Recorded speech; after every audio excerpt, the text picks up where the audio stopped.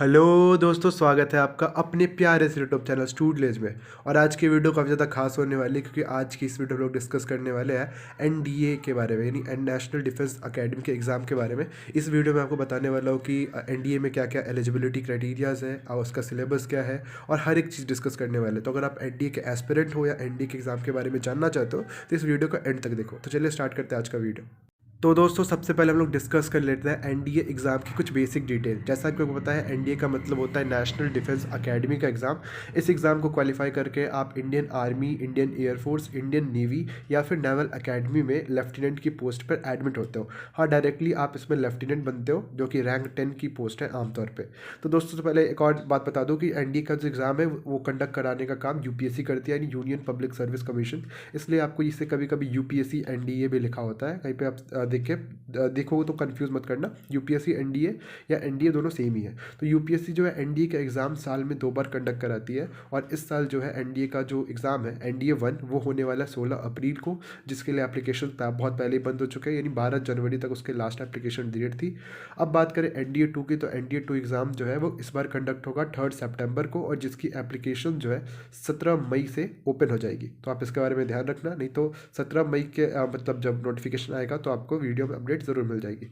दोस्तों, तो अब हम लोग बात कर लेते हैं थोड़े एलिजिबिलिटी क्राइटेरिया के बारे में। इसका मेनली 3 एलिजिबिलिटी क्राइटेरिया है। सबसे पहला तो ये कि आपको फिजिकली फिट होना चाहिए, यानी कि अगर आप फिजिकली हैंडीकैप हो या फिर आपके अंदर कुछ फिजिकल गड़बड़ी है तो आप इसको नहीं दे सकते, नहीं तो आप मेडिकल में रिजेक्ट हो सकते हो, जैसा कि हर एक आर्म फोर्सेस के एग्जाम में होता है। इसके अलावा आपको 12th पास होना चाहिए।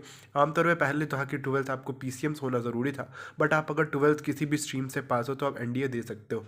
बट अगर जहाँ तक एयरफोर्स में एडमिशन की बात है तो एयरफोर्स के लिए आपको पीसीएम होना कंपलसरी है। पीसीएम होगा तभी आप एयरफोर्स के लिए सिलेक्ट हो पाओगे, वरना आप किसी भी स्ट्रीम से हो तो आप एनडीए दे सकते हो। बट डिपेंड करता है कि आप क्या मतलब कौन सी पोस्ट चुनते हो। किसी किसी पोस्ट में पीसीएम कंपलसरी है और किसी किसी पोस्ट में पीसीएम की कोई कंपलसरी ज़रूरत नहीं है। इसके अलावा दोस्तों, एक और एलिजिबिलिटी क्राइटेरिया ये है कि जॉइनिंग के टाइम जब आप एनडीए का मतलब एग्ज़ाम क्वालिफाई कर लेते हो, जब आपका सिलेक्शन हो जाता है, तब उस समय आपकी एज 16.5 से लेकर 19.5 के बीच होनी चाहिए, यानी 16.5 साढ़े 19 साल के बीच अगर आपकी एज होगी तभी आपको एनडीए का एग्ज़ाम कह सकते हो सिलेक्ट हो पाओगे। अगर इससे एज आपकी ज़्यादा हो जाएगी तो आपको सिलेक्शन नहीं हो सकता। तो ये 3 क्राइटेरियाज थी जो आपको आप में होना चाहिए अगर आप चाहते हो एग्ज़ाम देना। दोस्तों, एक और बात कि पहले क्या था कि बस लड़के ही एनडीए के एग्ज़ाम दे सकते थे, बट इस बार से या कह सकते हो पिछली बार से ही ऐसा लागू हो चुका है कि अब लड़कों के अलावा लड़कियां भी चाहे तो एग्ज़ाम दे सकती है। अब हम लोग बात कर लेते हैं कि एनडीए में कंपटीशन कैसा होता है। तो अगर मैं 2020 की बात करूँ तो लगभग 5.3 लाख बच्चों ने फॉर्म भरा था एनडीए का, जिसमें से 2.4 लाख बच्चे अपीयर हुए थे और सिलेक्शन बस उनमें से 1000 बच्चों का ही हुआ था। तो आप देख सकते हो कॉम्पिटिशन में भी काफ़ी ज़्यादा है।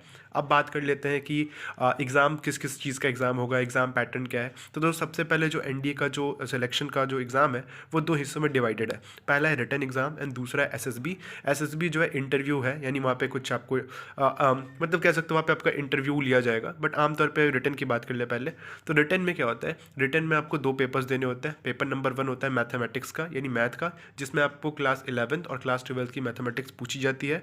और ये पेपर जो होता है क्वालिफाइंग नेचर का होता है, यानी कि देखो आपको देने होंगे मैथमेटिक्स के पेपर, साथ साथ आपको पेपर नंबर 2 भी देना पड़ेगा। लेकिन अगर कम से कम आपको मैथमेटिक्स में 25% मार्क्स आने ज़रूरी है, तब आप क्वालिफाई करोगे मैथमेटिक्स, तब आपका दूसरा पेपर चेक किया जाएगा। यानी अगर मैथ में गड़बड़ी कर देते हो तो सेकंड पेपर का कुछ वैल्यू नहीं रह जाता।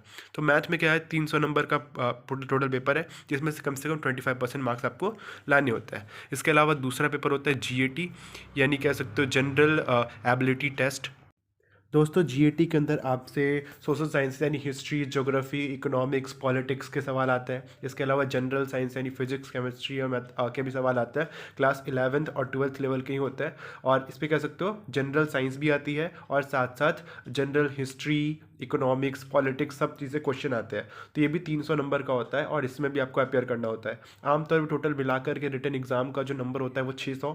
इस 600 नंबर में से कम आपको 360 नंबर लाने होते हैं कट ऑफ के हिसाब से। अगर मैं पहले के कट ऑफ की बात करूँ तो 360 अगर आप ले आते हो इस 600 के अंदर तो आप क्वालिफाई कर जाते हो रिटन एग्जाम। इसके बाद एसएसबी इंटरव्यू होता है। एसएसबी इंटरव्यू में आपसे मतलब 5 दिन का इंटरव्यू में आपसे बहुत तरह के मतलब चीज़ें कराई जाती है। मैं आपको डिटेल में नहीं बता सकता, नहीं तो वीडियो लंबी हो जाएगी। बट एसएसबी में आपका इंटरव्यू होता है 5 दिनों का, जिसके अंदर सर्विस सिलेक्शन बोर्ड एसएसबी जो है आपका इंटरव्यू करती है और बाद में आपको सिलेक्ट करती है।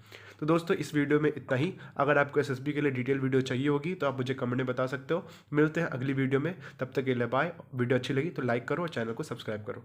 मिलते हैं।